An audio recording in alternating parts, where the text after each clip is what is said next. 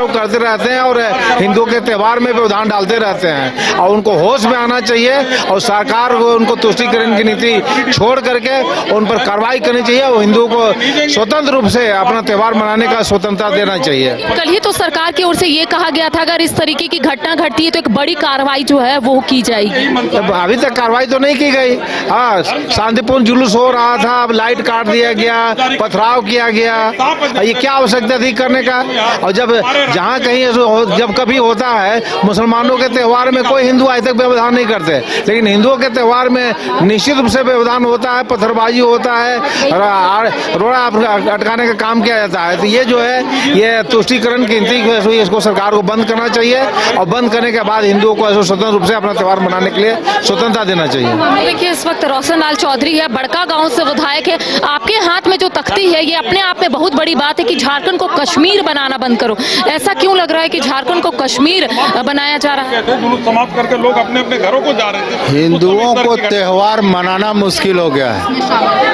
होली, शिवरात्रि और अभी आने वाले महारामनवमी में अभी शुरुआत हुआ है। हजारीबाग का इतिहास है, सैकड़ों वर्षों से वहाँ शांतिपूर्ण रामनवमी जुलूस निकलता है। मंगला जुलूस शांतिपूर्ण तरीके से निकल रहा था, एक सुनिश्चित तरीके से लाइट ऑफ करा दिया गया और पत्थरबाजी की गई एक विशेष समुदाय के द्वारा, और सरकार उल्टा हिंदुओं पर लाठीचार्ज की और हिंदुओं को लाठी मारा गया और जो लोग पत्थरबाज थे उन लोग को संरक्षण दिया गया। सरकार तुष्टीकरण का राजनीति कर रही है, हम लोग बर्दाश्त नहीं करेंगे।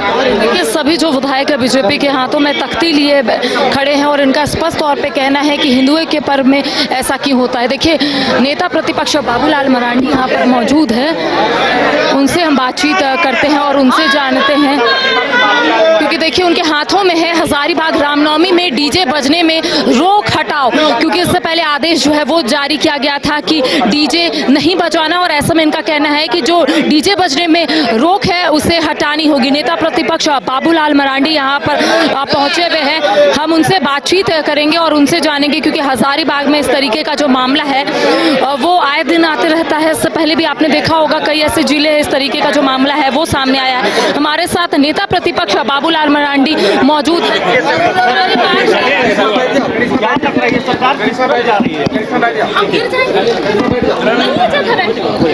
देखिए सरकार जिस प्रकार की तुष्टीकरण की राजनीति जिस प्रकार से कह रही है, इसी कारण से जो असामाजिक तत्व है उनकी मनोबल धीरे धीरे बढ़ रहा है। पिछले दिनों होली के समय कई एक जगहों पर घटनाएं आई, आप सबको पता है, घोड़थंबा गिरिडीह का भी पता है, और कल हजारीबाग में मैंने तो आज सवेरे अखबार में पढ़ा कि लोग मंगलवारी को जुलूस नहीं बल्कि खेल रहे थे, लाठी चला अपना जो खेलते हैं लोग, और उस पर फिर वहाँ पत्थर चलाना, फिर हंगामा खड़ा करना, तो ये बिल्कुल लगता है सोची समझी साजिश है। और हिंदुओं के पर्व त्यौहार में बाधा उत्पन्न करना, आतंकित करना, तो ये मुझे लगता है कि ये कहीं से भी कोई क्षमा योग्य नहीं है।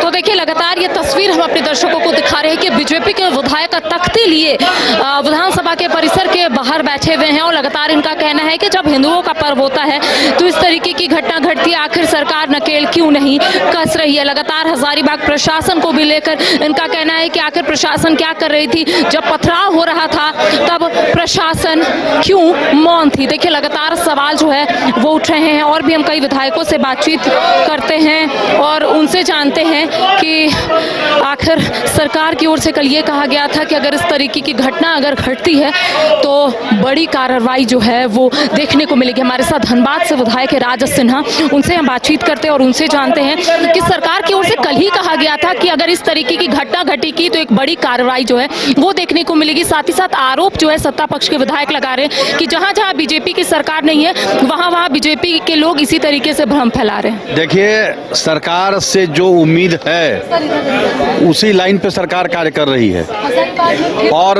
ऐसा लगता है कि सरकार हिंदुओं के सभी प्रकार के धार्मिक जुलूसों पर या त्योहारों पर धीरे धीरे करके सरकार प्रतिबंध लगा देगी। जानबूझ करके इस प्रकार से हंगामा कराना और हंगामा करा करके कानून व्यवस्था का भय दिखा करके धार्मिक आस्थाओं के सारे पर्व त्योहार को सरकार बंद कराएगी, यह इसकी साजिश है। जिस प्रकार से कल शांतिपूर्वक मंगला जुलूस पे बिजली काट कर और उनके ऊपर पत्थरबाजी किया गया, मारा गया और सरकार की चुप्पी, यह दुर्भाग्यपूर्ण है और इस बात को बताता है कि धीरे धीरे सरकार इस राज्य का इस्लामीकरण करने की ओर आगे बढ़ रही है। सत्ता पक्ष के विधायकों का कहना है कि बीजेपी माहौल बिगाड़ रही है, सरकार जहां जहां बीजेपी की नहीं है वहां सिर्फ बीजेपी माहौल बिगाड़ने का काम करती है। या मैंने तो पहले कहा ना कि सरकार की मंशा साफ नहीं है।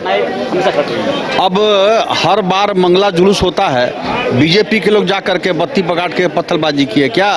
सरकार जांच कराए इसकी, करा दे सरकार, दूध का दूध पानी का पानी हो जाएगा। होली में काम हुआ, जो कांड हुआ उसमें हिंदुओं पर भी केस हो गया, मार रहा है कौन और केस हो रहा है उल्टा। तो इसलिए मैंने कहा कि ये एक साजिश है।